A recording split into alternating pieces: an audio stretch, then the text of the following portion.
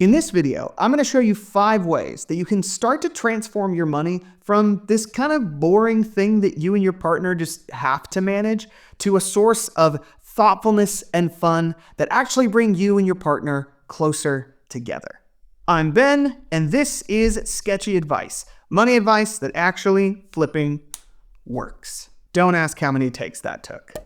Number 1, create an US fund. Every month, set aside a certain amount of money that will eventually be spent on just the two of you. Not the kids, not the dog, not repairs, just you two. You let that money build over time until it's time to spend it.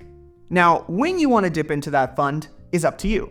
If you want to be more spontaneous, you could just say, we'll know when we see it. Maybe it's after a really hard week of work where you just need a weekend to get away, or maybe the band that you saw on your second date is touring through town again. Or maybe you're both just like, I think I want to try kayaking. Whatever it is, it has to be something that brings both of you joy. I like this approach because it kind of prompts you to keep your eye out for fun stuff without feeling super limited by the price of those things. Or you could tie that money to a special day when you get to spend it, like your anniversary, or when you had your first date, or Arbor Day. And the purpose of this money is for you to do something together. Purchase something that you'll use together. Go to an event that you'll go to together. And you can put as much or as little into your US fund as you want. $10 a month, that's a nice dinner in a year. $200 a month, that's a trip. And you can tie this to some other fun stuff too. Maybe you keep an ongoing list of US fund ideas, or maybe you have a scrapbook that commemorates all of the ways that you've used that US fund to enjoy time together. It's a proactive way to make sure that you and your partner are investing in your relationship, not just your 401k. Number 2, create splurge capsules. I first came up with this idea because I wanted a way to somehow capture that same energy of finding $50 in your jacket pocket.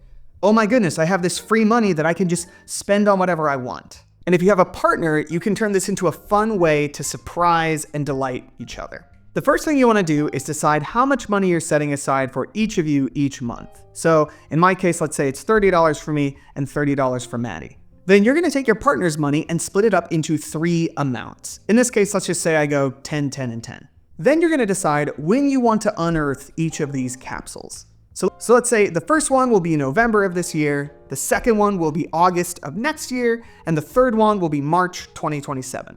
And importantly, you do not share that information with your partner. And they're not going to share their information with you. Set yourself a reminder for each of those dates, and then just set aside that money into each capsule every month until one of them hits their date. I personally love using the YNAB app for this because it allows me to kind of play around with exactly how I want to set up these capsules and then basically put it on autopilot so that Maddie and I both forget about it until it's here. And it's helped my wife Maddie and I to feel less stressed about money and more connected to each other as it helps us build our life together. Less fights, more splurge capsules. So if you want to try it out yourself, you can go to ynab.com/sketchy where you can try a 34-day free trial of the YNAB app. You do have to pay for it after that, but most users make that money back 6 times over in their first 2 months. So back to splurge capsules. When November comes around, I get to go to Maddie and say, hey, here's $110. Do whatever you want. Inevitably, she's forgotten all about this thing. So this is like finding $10 in your jacket times 11, literally 11. And whenever her first capsule for me comes around, I'm gonna have the same experience. It's a really fun way to just give each other permission to splurge a little bit. And here's a neat bonus. I've already acclimated to setting aside that $10 for Maddie. So when that capsule unearths in November, I can just reset it to a later date, like September 2028. But where that November capsule got Maddie $110, this one has a lot more time to grow, meaning that in September of 2028, it's gonna be $340 that I'm handing over to Maddie. Your splurge capsules get bigger without you even having to set aside more money. So both of those ideas are kind of about building up for some special thing. But you and I both know that a relationship is about a lot more than that. It's also about the day in, day out, just being with each other. So these next few are going to be specifically about those things. Idea number 3, bring back date night. If you do not have a date night, oh my gosh, get a date night. So many of us start our relationship with our partner going on all these fun dates and having all these novel experiences and just dying to spend as much time together as we can. And then as time goes on and we get into some kind of routine and there's kids or there's pets or there's work or whatever, we just kind of stop doing that. Maybe we do it on Valentine's Day or our anniversary, but week to week or month to month, we don't really do anything special for each other because we're too busy or that's too expensive. And that's dumb, because quality time with your partner, away from your kids or your pets or any other responsibilities, is such a wonderful, magical thing to help you stay connected. So here's the simplest idea in the world. Set aside some money, at the very least every month, if you can, every week, for a date night. And if you're like, that's too expensive, listen, date night does not have to be going to the fanciest restaurant in town every week. There was a period in Maddie and I's marriage where money was pretty tight, and so our date night was literally just one night a week. After we'd put Knox down to bed, we would make root beer floats and just hang out on the couch and chat.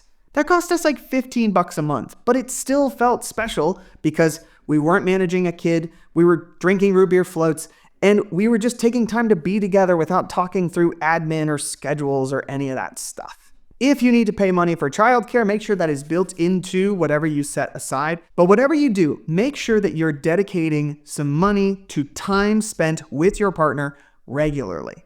If you don't do this currently, you would not believe how this breaks up your routine and helps you to just feel connected to your partner again. Maddie and I have been doing this for a long time, and when we do a good job of prioritizing it, it is such a breath of fresh air to just kind of let everything else go and just enjoy being together.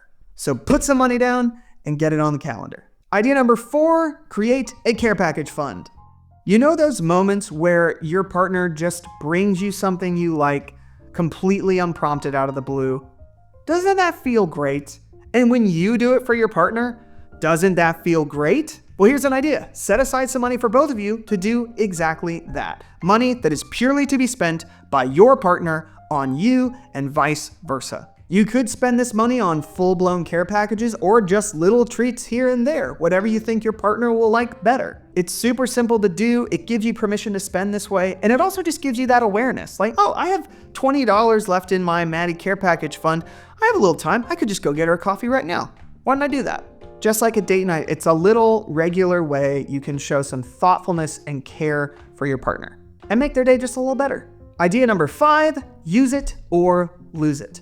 If you already set aside some kind of fun money for you and your partner for date night or whatever, a great way to make sure you actually use that money is to set a policy of use it or lose it. Let's say that Maddie and I set aside $100 just for fun things that we do together. And let's say that we spend 75 of those dollars by the end of the month. Rather than throwing another $100 on top of that, we just fill that amount back up to 100. Those $25 we didn't spend, those are lost. The reason we do that is to make sure that we are actually spending this money. Because I know some of you out there will see that amount of money and go, well, if we just saved it, then eventually we'll do something really big and great. And then you never spend the money and it gets spent on tires. This policy makes sure that you are prioritizing time together, fun things to do together every month, and not getting caught up in some idea of what you might do together eventually. If you're a person who struggles to spend money, especially on yourself, this is a great way to make sure that doesn't trickle over to affecting your partner in a negative way. With use it or lose it, you're basically turning it into a game to spend all that money before you run out of time. And that means more experiences, more treats, more fun. I know a lot of people watching this video probably don't think of money as being very romantic. In fact, a lot of you watching probably experience money as a source of stress and conflict in your relationship. A lot of that comes down to how we talk about money, which is why I made this video on how to have better conversations about money. So you can check that out here if you'd like to learn more. But in the meantime, these are just some ideas to help you turn your dollars into kindling for the flame of your romance. So flame on, you fox.